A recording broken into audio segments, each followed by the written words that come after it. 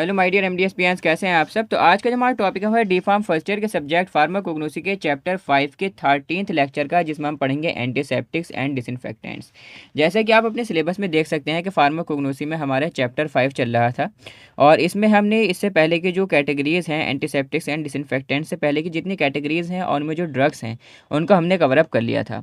आज का हमारा चैप्टर 5 का 13th लेक्चर है, जिसमें हम आपकी चैप्टर 5 की जो 13th कैटेगरी है that is antiseptics and disinfectants, इसको हम पढ़ेंगे। और इसमें जो ड्रग्स हैं बेंजोइन, मिर, नीम एंड टर्मरिक, इसको हम कवर अप करेंगे। ठीक है, तो सबसे पहले हम ये जानते हैं कि भाई एंटीसेप्टिक्स होते क्या हैं और डिसइंफेक्टेंट्स क्या होते हैं। देखो, ये जो दोनों चीज़ें हैं ना, एंटीसेप्टिक्स और डिसइंफेक्टेंट्स, इन दोनों का काम एक ही है कि ये क्या करते हैं कि जो भी माइक्रो ऑर्गेनिज्म्स हैं जो कि ह्यूमंस के लिए, इंसानों के लिए बहुत ज़्यादा हार्मफुल है, उनको किल करने का काम करते हैं, इन्फेक्शन से बचाते हैं। लेकिन एंटीसेप्टिक्स जो हैं वो लिविंग पर काम करते हैं, यानी कि जैसे हमारी स्किन है, ठीक है, लिविंग ऑर्गेनिज्म पर काम करते हैं। इसी तरीके से जो डिसइंफेक्टेंट्स हैं वो जो मतलब नॉन लिविंग थिंग्स हैं उस पर काम करती हैं। Antiseptics are the chemical sterilising substances.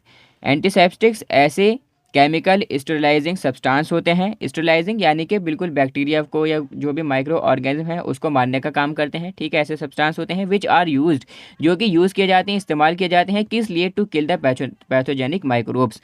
Pathogenic microbes को, यानी कि जो कि हार्मफुल हैं हमारे लिए, ठीक है, जो डिजीज़ कॉज कर सकते हैं, बीमारी कर सकते हैं, उसको किल करने का, उसको नष्ट करने का, उसको मारने का काम करते हैं। और for the prevention of their growth, और उसकी ग्रोथ को ठीक है होने नहीं देते।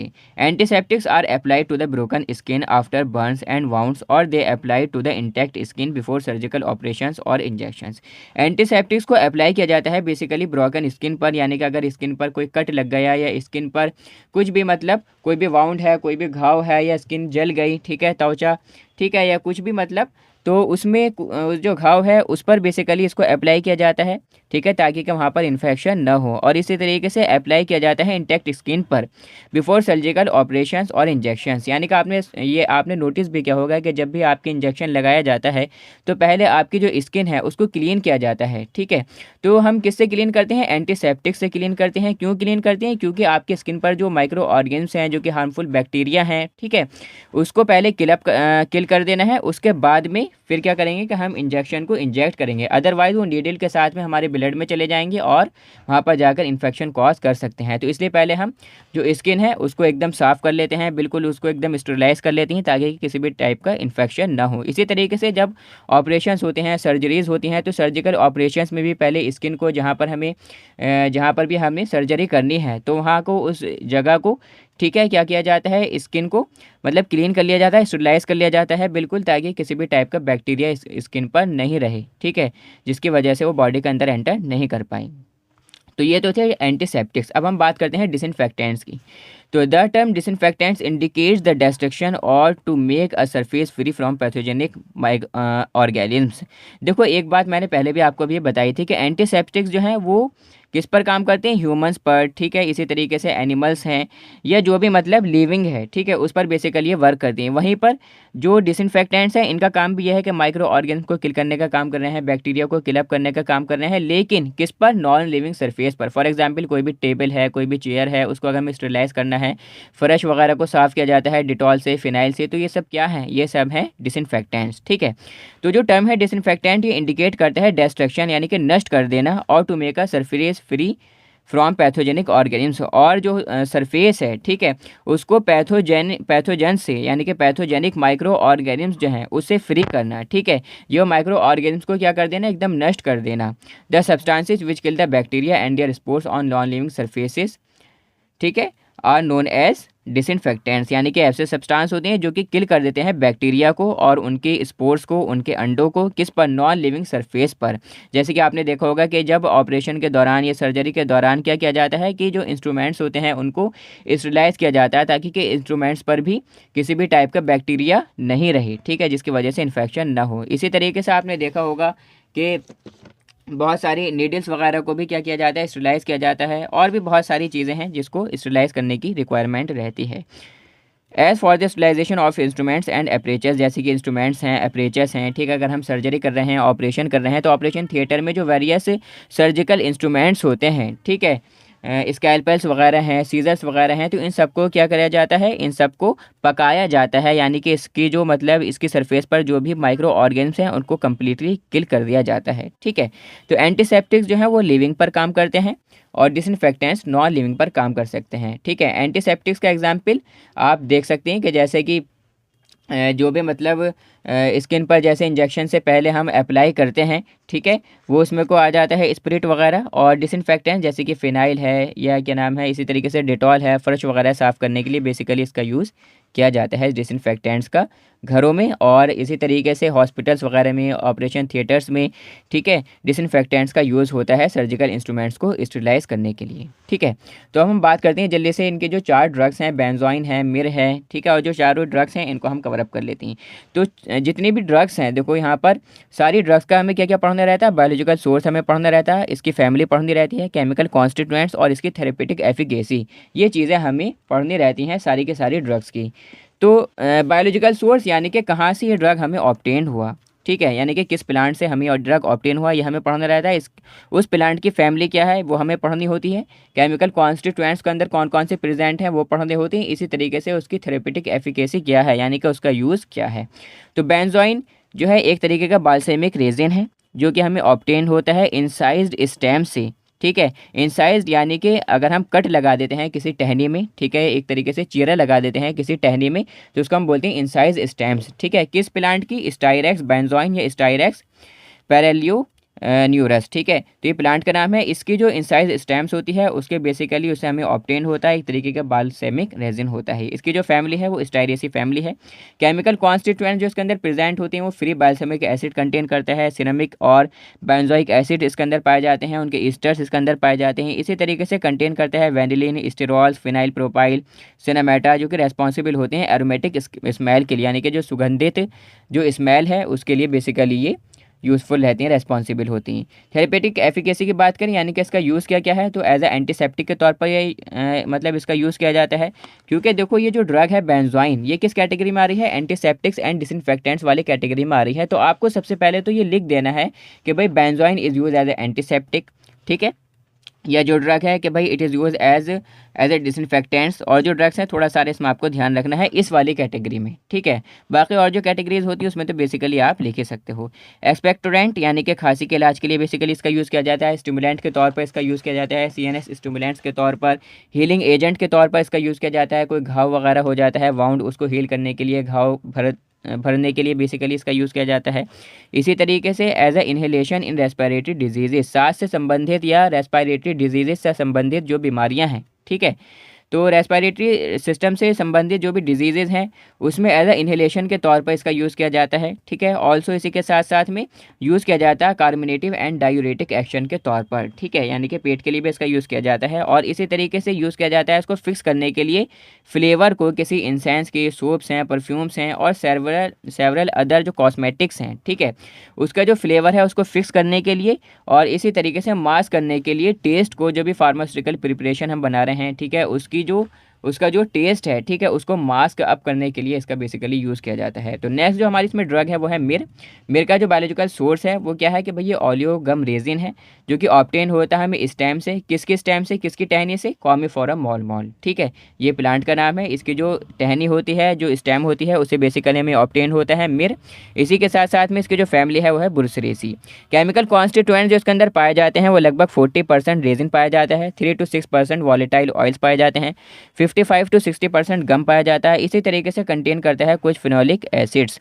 रेजिन जो है कंटेन करता है ether soluble acids, alpha beta gamma commiphoric acids ये कंटेन करता है। इसी तरीके से जो वॉलेटाइल ऑयल्स हैं इसमें वो कंटेन करती हैं टर्पीन्स हैं, क्यूमिनिक एल्डिहाइड है, यूजिनॉल है, एक्सेट्रा, ये कंटेन करते हैं। इसी तरीके से जो गम है वो एसोसिएटेड होता है किसके साथ में, ऑक्सीडेज एंजाइम्स के साथ में। अब आप सोच रहे होंगे कि इतने बहुत सारे केमिकल कॉन्स्टिट्यूएंट्स हैं, हर ड्रग के केमिकल कॉन्स्टिट्यूएंट को हमें याद करना है, बट हम किस तरीके से याद करें, क्योंकि अप्रॉक्सीमेटली 63 के करीब ड्रग्स हैं चैप्टर 5 में। तो इतनी बहुत सारी ड्रग्स, उन सारे ड्रग्स का आपको biological source, family, chemical constituent, therapeutic efficacy याद करनी काफ़ी ज़्यादा मुश्किल हो जाती है। तो इसके लिए जब ये वाली जो चैप्टर 5 है, इसमें जब हम सारी के सारी कैटेगरीज को पढ़ लेंगे तो एक वीडियो हम अपलोड करेंगे, ट्रिकी वीडियो, जिसमें किस तरीके से इन ड्रग्स को याद करना है बआसानी, किस तरीके से हम ट्रिक्स के ज़रिए और टिप्स के ज़रिए से हम इसको याद कर सकते हैं, उसके बारे में हम उसमें ठीक है जान लेंगे काफ़ी अच्छी तरीके से। बहुत ज़्यादा मोस्ट इंपॉर्टेंट वीडियो होगी वो आपके लिए, ठीक है, तो उसको भी ज़रूर देखना। अगर आपको ये नोट्स चाहिए तो हमारी जो एप्लीकेशन है एमडीएस फार्मेसी की, वो आप डाउनलोड कर सकती हैं। वहाँ पर आपको ये नोट्स मिल जाएंगे, फार्माकोग्नोसी की भी, फार्मास्यूटिक्स के, ह्यूमन एनाटॉमी एंड फिजियोलॉजी के भी नोट्स आपको वहाँ पर मिल जाएंगे। बहुत सारे स्टडी मटेरियल आपको वहाँ पर मिल जाएगा और बहुत ज़्यादा इंपॉर्टेंट है आपके एग्जाम्स की प्रिपरेशन के लिए एप्लीकेशन एमडीएस फार्मेसी की। गूगल प्ले स्टोर पर अवेलेबल है, लिंक भी आपको वीडियो के डिस्क्रिप्शन बॉक्स में मिल जाएगा, ठीक है, तो सिंपली डाउनलोड कर सकते हो। थेरेपेटिक एफिकेसी की बात करें मिर की, तो थेरेपेटिक एफिकेसी यानी कि इसका यूज़ क्या है, तो किस कैटेगरी में आ रहा है, एंटीसेप्टिक वाली कैटेगरी में आ रहा है। तो हम लिख देंगे भाई it is use as a antiseptic के तौर पर इसका यूज़ किया जाता है, स्टिमुलेंट के तौर पर इसका यूज़ किया जाता है, प्रोटेक्टिव के तौर पर इसका यूज़ किया जाता है। इसी तरीके से जो एंटीसेप्टिक के तौर पर इसको हम यूज़ करते हैं वेरियस माउथ वॉशेस में, टूथपेस्ट में, गम पेंट्स में, यानी कि जब भी हम कोई भी फार्मास्यूटिकल फॉर्मुलेशन बना रहे हैं, ठीक है, जैसे कि माउथ वॉश हैं, टूथपेस्ट हैं, गम पेंट्स हैं, ठीक है, बेसिकली इस टाइप की जब हम फॉर्मुलेशन बनाते हैं तो उसमें मिर का यूज़ किया जाता है एज ए एंटीसेप्टिक के तौर पर, ठीक है। इसी तरीके से यूज़ एज एस्ट्रिंजेंट के तौर पर इसका बेसिकली यूज़ किया जाता है म्यूकस मेम्ब्रेन से, म्यूकस मेम्ब्रेन के लिए, ठीक है। नेक्स्ट जो हमारी इसमें ड्रग है वो क्या है, नीम। नीम आप जानते ही हैं कि नीम जो है काफ़ी ज़्यादा इसके अंदर जो है एंटी एलर्जिक प्रॉपर्टीज़ होती हैं, एंटी माइक्रोबियल प्रॉपर्टीज़ होती हैं, बहुत ज़्यादा मतलब बेनिफिशियल रहता है। एंटीसेप्टिक, एंटी फंगल प्रॉपर्टीज़ नीम के अंदर पाई जाती हैं। नीम की पत्तियों का भी बेसिकली बहुत सारी चीज़ें इसकी बनाई जाती हैं। तो नीम का बायोलॉजिकल सोर्स क्या है, कहाँ से हमें ऑब्टेन होता है, तो नीम कंसिस्ट ऑफ द फ्रेश और ड्राइड लीव्स और ड्राइड बार्क्स ऑफ एजादिरस्टा इंडिका, ठीक है, ये प्लांट का नाम है एजादिरस्टा इंडिका। इस प्लांट की जो सूखी छाल होती है, सूखी बार्क्स होती हैं और सूखी पत्तियां होती हैं या जो फ्रेश पत्तियां होती हैं, उससे बेसिकली हमें ये ऑब्टेन होता है ड्रग। और इसकी जो फैमिली है वो है मिलिएसी, ठीक है, मिलिएसी इसकी फैमिली है नीम की। केमिकल कॉन्स्टिट्यूएंट जो इसके अंदर पाए जाते हैं, तो नीम की जो पत्तियां हैं, जो लीव्स हैं, वो कंटेन करती हैं एस्कॉर्बिक एसिड, एमिनो एसिड, कुछ कैरोटीनॉइड्स पाए जाते हैं। इसी तरीके से नीम ऑयल जो कि कॉमनली एक तरीके से मार्गोसा ऑयल भी जिसको हम कहते हैं, निम्बॉयली ऑयल के नाम से जाना जाता है, ठीक है, नीम का तेल, ये कंटेन करते हैं मेनली ग्लिसराइड्स, ठीक है। उस ग्लिसराइड्स में बेसिकली क्या क्या होता है, पाल्मिटिक एसिड पाया जाता है, स्टीरिक एसिड पाया जाता है और लाइनोलिक एसिड उसके अंदर पाया जाता है। जो ऑयल है नीम का, जो तेल है, वो बेसिकली कंटेन करता है बिटर प्रिंसिपल्स, जिसको हम बोलते हैं निम्बिडिन है, निम्बिडॉल है, निम्बिन है, एक्सेट्रा, ठीक है। थेरेपेटिक एफिकेसी की बात करें तो लीव्स एज मतलब यूज़ होता है एज ए एंटी सेप्टिक के तौर पर इसका यूज़ किया जाता है, एंटी फंगल के तौर पर, यानी कि जो भी फंगल डिजीज़ हैं, फंगल इन्फेक्शन है, उसको ट्रीट करने के लिए बेसिकली इसका यूज़ किया जाता है। इसी तरीके से नीम का जो तेल है, ऑयल है, जो कि ग्रीनिश येलो कलर का ग्रीनिश येलो से ब्राउन कलर का होता है, ठीक है, वो यूज़ किया जाता है एज ए स्टिमुलेंट के तौर पर, एंटीसेप्टिक के तौर पर, वेरियस स्किन डिजीज़ में बेसिकली इसका यूज़ किया जाता है। इसी तरीके से रूमेटिज्म में इसका यूज़ किया जाता है वर्मिसाइड के तौर पर, और स्मॉल पॉक्स जो हो जाते हैं उसको ट्रीट करने के लिए, उसको क्योर करने के लिए नीम का यूज़ किया जाता है। इसकी जो बार्क होती है, नीम की जो छाल होती है, उसको basically as a bitter tonic के तौर पर इसका यूज़ किया जाता है, एस्ट्रिंजेंट के तौर पर। ये सारी चीज़ें जो हैं एस्ट्रिंजेंट, ठीक है, ये जितनी यहाँ पर टर्म्स आ रही हैं बेसिकली हम इसके बारे में डिस्कस कर चुके हैं इससे पहले वाले लेक्चर्स में। तो अगर एक एक चीज़ को मैं काफ़ी ज़्यादा डिटेल में अगर आपको समझाऊंगा कि भाई एस्ट्रिंजेंट्स क्या होते हैं, एंटीपिरेटिक क्या होते हैं, वर्मी फ्यूज क्या होते हैं, स्टिमुलेंट्स क्या होती हैं, तो काफ़ी ज़्यादा लंबी वीडियो हो जाएगी, ठीक है। फिर भी स्टिमुलेंट्स क्या होती हैं, जो कि हमारी जो ब्रेन है, ठीक है, स्पाइनल कॉर्ड है, ठीक है, उसको बेसिकली स्टिमुलेट करने का काम करती हैं, जैसे कि कैफीन वगैरह आ जाती है, चाय वगैरह, टी, ठीक है, तो वो भी एक टाइप का स्टिमुलेंट है, तो ये भी स्टिमुलेंट के तौर पर काम करते हैं। इसी तरीके से एस्ट्रिंजेंट यानी कि जो म्यूकस मेम्ब्रेन है उसको थोड़ा सारा क्या करने का, टाइट करने का काम करती हैं बेसिकली, ठीक है। एस्ट्रिंजेंट के तौर पर इसका यूज़ किया जाता है, एंटीसेप्टिक के तौर पर, डिसइंफेक्टेंट के तौर पर, एंटीपिरेटिक के तौर पर और वर्मीफ्यूज के तौर पर बेसिकली इसका यूज़ किया जाता है। नेक्स्ट अगर हम बात करें तो क्या है, नेक्स्ट जो ड्रग है इसमें वो है टर्मरिक यानी कि हल्दी। हल्दी का यूज़ किया जाता है बेसिकली आपने देखा होगा कि एज अ कलरिंग एजेंट के तौर पर इसका यूज़ किया जाता है स्पाइसेस में, ठीक है, मसालों के तौर पर, ठीक है। इसी तरीके से एंटी इन्फ्लेमेटरी प्रॉपर्टीज़ इसके अंदर हो जाती हैं, ठीक है, यानी कि और एनाल्जेसिक के तौर पर भी इसका यूज़ किया जाता है दर्द वगैरह के लिए। तो बायोलॉजिकल सोर्स क्या है इसका, कि जो टर्मरिक है यानी कि हल्दी है वो हमें कहाँ से ऑब्टेन होती है, consist of the dried rhizome, सूखे राइजोम्स होते हैं किस प्लांट के, कुरकुमा लॉन्गा, ठीक है। ये साइंटिस्ट का नाम है लिन यानी कि लिनियस, ठीक है। तो बिलोंगिंग टू द फैमिली इसकी है जिंजिबरेसी फैमिली है। केमिकल कॉन्स्टिट्यूएंट्स की बात करें तो कंटेन करता है volatile oils, resins, yellow crystalline substance, ठीक है, जिसको हम क्यूरक्यूमिन बोलते हैं, ठीक है। ये कंटेन करता है जो इंपॉर्टेंट कॉन्स्टिट्यूएंट्स हैं वो हैं जिंजिब्रीन, अल्फा फ्लेंड्रीन है, बॉर्नियोल है और सिनियोल है, ठीक है। ये केमिकल कॉन्स्टिट्यूएंट्स हैं जो कि पाए जाते हैं टर्मरिक में। इसी तरीके से टर्मरिक में और क्या क्या होता है, वेरियस टाइप की शुगर्स पाई जाती हैं, starch, grains, bitter substances, fixed oil और एसिड्स इसके अंदर पाए जाते हैं। थेरेपेटिक एफिकेसी की बात करें तो turmeric has long been use as a colouring agent के तौर पर इसका यूज़ किया जाता है वेरियस डिशेस में। कड़ी बेसिकली जो बनाई जाती है तो कड़ी में भी हल्दी का यूज़ किया जाता है एज अ मतलब कलरिंग एजेंट के तौर पर भी, एज अ टेस्ट के तौर पर, मसालों के तौर पर, स्पाइसेस के तौर पर इसका यूज़ किया जाता है। कॉन्डिमेंट्स यानी कि मसाले जो कि घरों में यूज़ होते हैं उसके तौर पर इसका यूज़ किया जाता है। यूज़ इन द कॉस्मेटिक्स में भी इसका यूज़ किया जाता है, जैसे कि बहुत सारी क्रीम्स वगैरह आती हैं, फेस वॉश आते हैं, जेल्स वगैरह आते हैं चेहरे पर लगाने के लिए, तो एज अ कॉस्मेटिक के तौर पर भी इसका यूज़ किया जाता है। और स्टोमैटिक के तौर पर इसका यूज़ किया जाता है, ठीक है। कार्मिनेटिव के तौर पर इसका यूज़ किया जाता है। ब्लड प्यूरीफायर यानी कि खून को साफ़ करने के लिए इसका यूज़ किया जाता है। एनाल्जेसिक, दर्द से राहत पाने के लिए इसका यूज़ किया जाता है। बेसिकली जब भी कोई चोट वगैरह लग जाती है तो हल्दी वाला दूध दिया जाता है, क्यों, क्योंकि उसके अंदर एनाल्जेसिक प्रॉपर्टीज़ होती हैं ताकि के जो दर्द है वो थोड़ा कम हो जाए, ठीक है। एंटी इन्फ्लेमेटरी प्रॉपर्टीज़ होती हैं ताकि कि अगर जो सूजन आ रही है, ठीक है, चोट पर, तो सूजन ना आए, तो एंटी इन्फ्लेमेटरी प्रॉपर्टीज़ भी इसके अंदर होती हैं। खांसी में और कोल्ड में, नज़ले में बेसिकली इसका यूज़ किया जाता है। इसी तरीके से वेरियस फेशियल क्रीम्स में इसका यूज़ किया जाता है।